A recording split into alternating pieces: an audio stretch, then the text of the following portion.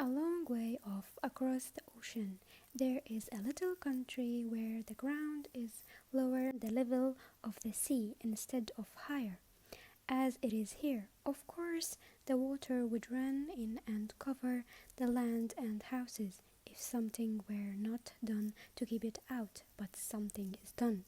The people build great thick walls all around the country, and the walls keep the sea out.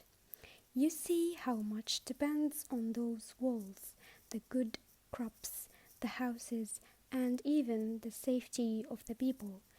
Even the small children in the country know that an accident to one of the walls is a terrible thing.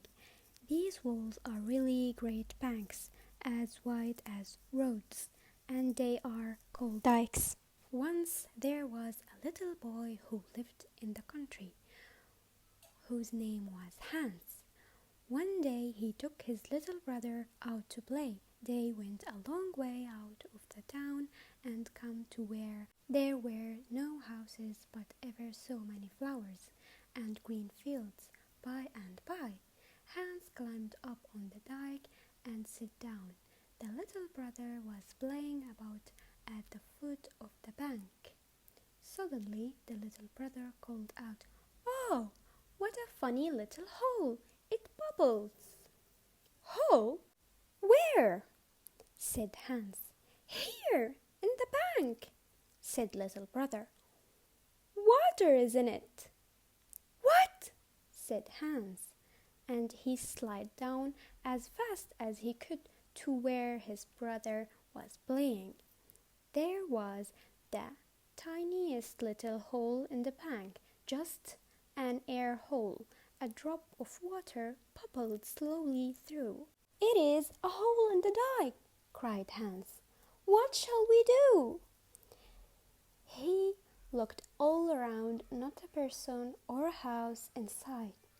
He looked at the hole.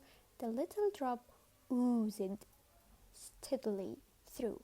He knew that the water would soon break a great gap, because that tiny hole gave it a chance.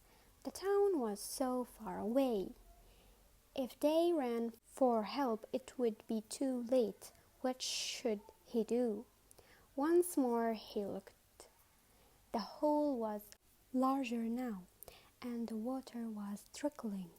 Suddenly, a thought came to Hans. He stuck his little forefinger into the hole where it fitted tight, and he said to his little brother, "Run, Diting, go to the town and tell the man there is a hole in the dike. Tell them I will keep it, stop it till they get here." The little brother knew by Hans's face that something very serious was the matter, and he started for the town as fast as his leg could run.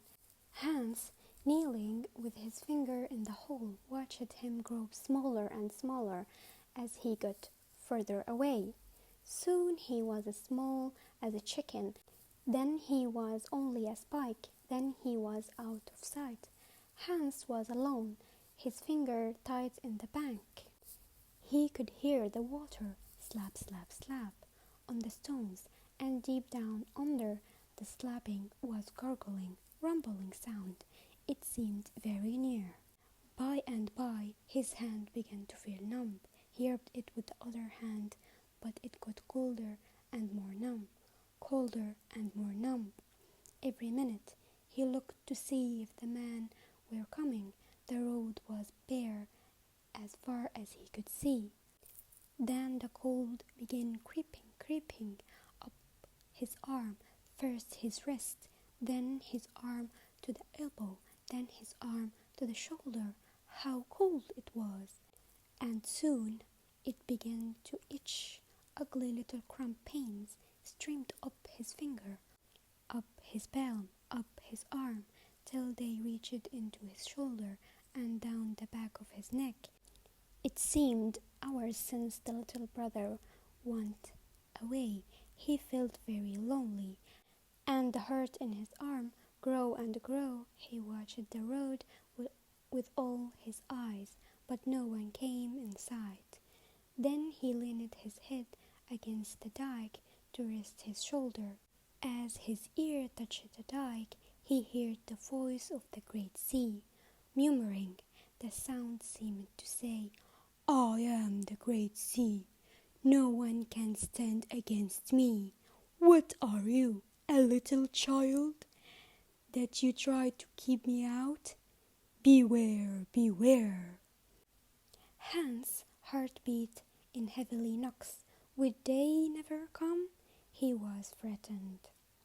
And the water went on beating at the wall and murmuring, "I will come through. I will come through. I will get you. I will get you. Run, run, before I come through." Hans started to pull out his finger. He was so frightened that he felt as if he must run forever. But the minute he remembered how much depended on him, if he pulled out his finger, the water would surely make the hole bigger, and at least break down the dike, and the sea would come in all the land and houses. He set his teeth and stuck his finger tighter than ever. "You shall not come through," he whispered. "I will not run." At that moment he heard a far-off shout. Far in the distance he saw a black something on the road, and dust. The men were coming, at least they were coming. They come nearer, fast, and he could make out his own father and the neighbors. They had pickaxes and shovels, and they were running, and as they ran, they shouted, "We are coming! Take heart! We are coming!"